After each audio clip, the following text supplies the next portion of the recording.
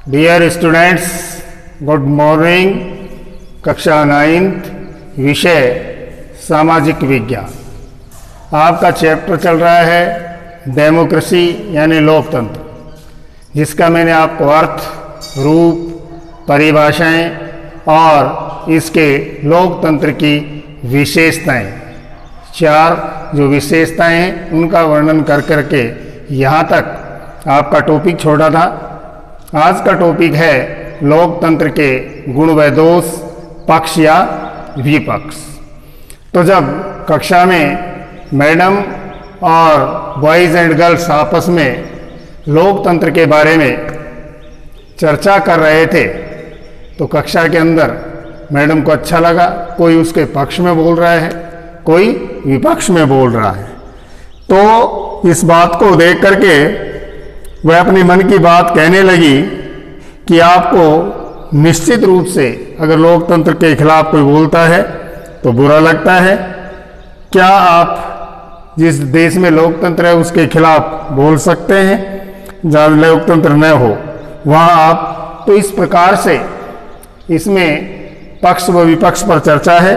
तो सबसे पहले है लोकतंत्र के खिलाफ तर्क यानी वितर्क। किन आधार पर इसके अवगुणों को बताया गया है। नंबर 1, लोकतंत्र में नेता बदलते रहते हैं, इससे अस्थिरता पैदा होती है सरकार में। लोकतंत्र में जो नेता हैं, जो लीडर्स हैं, बदलते रहते हैं, अस्थिरता पैदा होती है, सरकार स्थिर नहीं हो पाती। जिसका करंट उदाहरण मैं देता हूं आपको। राजस्थान सरकार की विपक्षी दल ने उसे के खिलाफ अविश्वास की तैयारी की, मगर मुख्यमंत्री सजग रहते हुए उन्होंने एक तरह से 35वें दिन अपना विधानसभा में बहुमत सिद्ध करके बताया। विधानसभा स्पीकर ने करतल ध्वनि से यह सिद्ध कर दिया कि इस कांग्रेस पार्टी के पास जो 102 विधायक थे उसमें फिर उसमें बढ़ोतरी हो गई। जो पुराने उसके सदस्य थे, किसी आपसी मनमुटाव के कारण वह विपक्ष से मिलने की कोशिश की, मगर वो कहावत है देर आए दुरुस्त आए, और इस प्रकार से 123 सीटें विधानसभा में पारित कर करके यह सिद्ध कर दिया। और इससे क्या होता, अगर अविश्वास पारित होता तो सीएम को पद से इस्तीफा देना पड़ता, विधानसभा भंग होती, पुनः दूसरी पार्टी को गवर्नमेंट बनाने के लिए आमंत्रित किया जाता या मध्यावधि चुनाव होता। इससे कितना हमारे राज्य सरकार पर या हमारे राज्य पर कितना खर्चा वहन करना पड़ता। तो राज्यपाल और मुख्यमंत्री के मध्य भी एक यह टकराव की स्थिति आई। ये कि विधानसभा सत्र शुरू होने में लगभग 3-4 बार इनको लिखित में राज्यपाल मिस्टर कलराज मिश्र को अशोक गहलोत जी के द्वारा लिखित देनी पड़ी। 3-4 बातों पर उनको समाधान करने के लिए, निराकरण करने के लिए पेश होना पड़ा, और अंत में उनको विधानसभा सत्र की अनुमति मिली और उस विधानसभा सत्र में उन्होंने अपना बहुमत भी सिद्ध करके बताया। तो यह है कि लोकतंत्र में जो नेता हैं बदलते रहते हैं और इससे अस्थिरता सरकार में पैदा होती है। दूसरा, इसके विपक्ष में लोकतंत्र का मतलब सिर्फ राजनीतिक लड़ाई और सत्ता का खेल है, यहाँ नैतिकता की कोई जगह नहीं है। बता रहे हैं दूसरा विपक्ष में कारण कि लोकतंत्र का अर्थ होता है राजनीतिक लड़ाई और सत्ता का खेल। ये निश्चित है, जब विधानसभा हो चाहे आपकी लोकसभा हो, जब चुनाव का समय आता है तो हर पार्टी या हर राजनीतिक दल ज़्यादा से ज़्यादा अपनी सीटें या विजय प्राप्त करने की कोशिश करता है और अपनी सत्ता में आना चाहता है और शासन करना चाहती है, कोई भी पार्टी हो, कोई भी राजनीतिक दल हो। और इसमें आरोप प्रत्यारोप, एक दूसरे पर लांछन लगाना, झूठ, छल, असत, कपट, सबका इसमें सहारा लिया जाता है।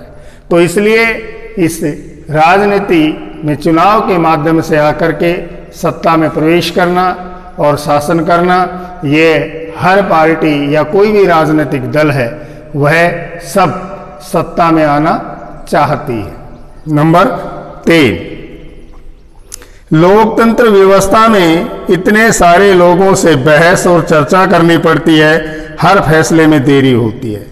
जैसे लोकतंत्र व्यवस्था में जैसे विधानसभा ही है, विधानसभा सत्र चल रहा है, कोई भी एक बात रखी जाती है तो उस पर आपस में बहस होती है, पक्ष में विपक्ष में।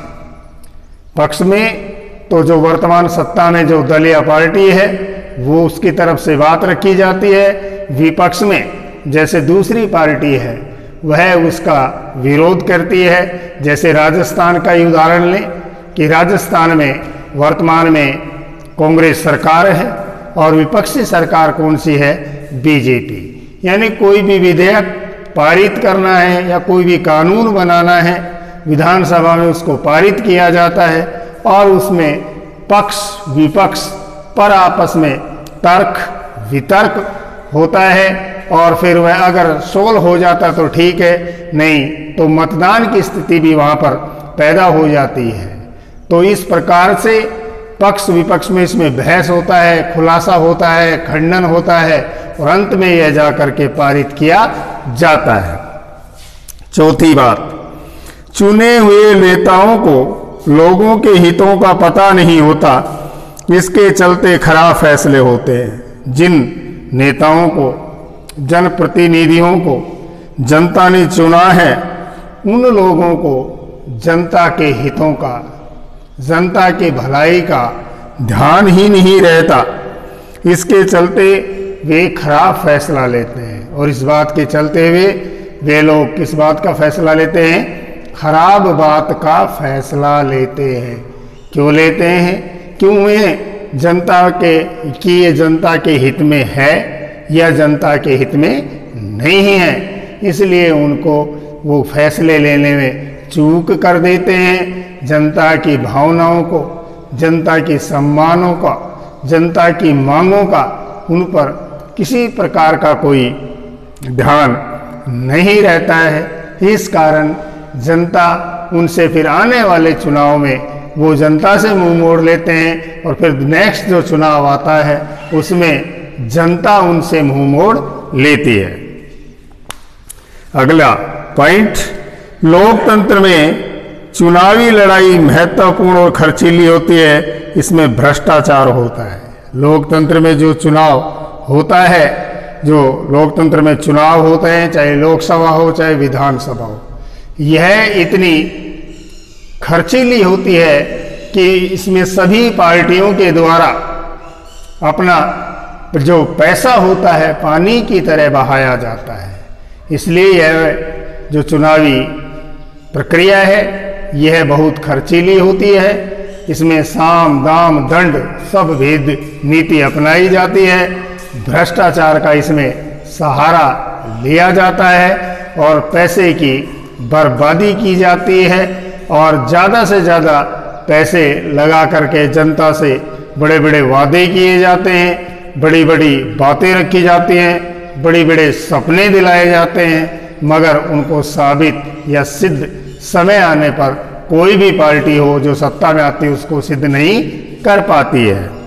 अगला पॉइंट है और लास्ट इसका पॉइंट है विपक्ष। इसके विपक्ष में सामान्य लोगों को पता नहीं होता कि उनके लिए क्या अच्छी चीज है, क्या चीज बुरी, इसलिए उन्हें किसी चीज का फैसला नहीं करना चाहिए। और जो जर्नल बात है, जो पब्लिक है, उन्हें स्वयं को ये नहीं पता अपने वोट देते हुए सोचते समय कि हमारे लिए कौन सी पार्टी हित करेगी, कौन सी पार्टी अहित करेगी।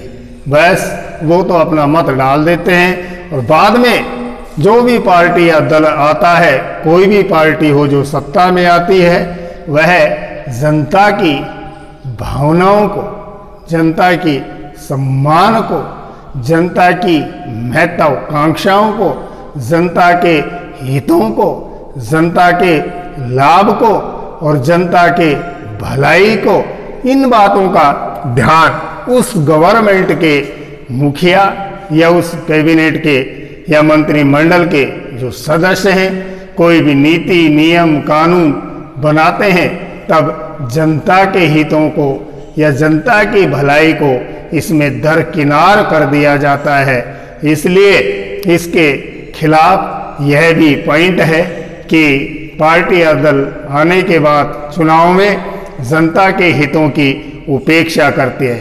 तो इस प्रकार से निम्न कारणों से यहाँ पर लोकतंत्र के विपक्ष में तर्क दिए गए। बाकी कल निश्चित समय पर मिलेंगे। धन्यवाद।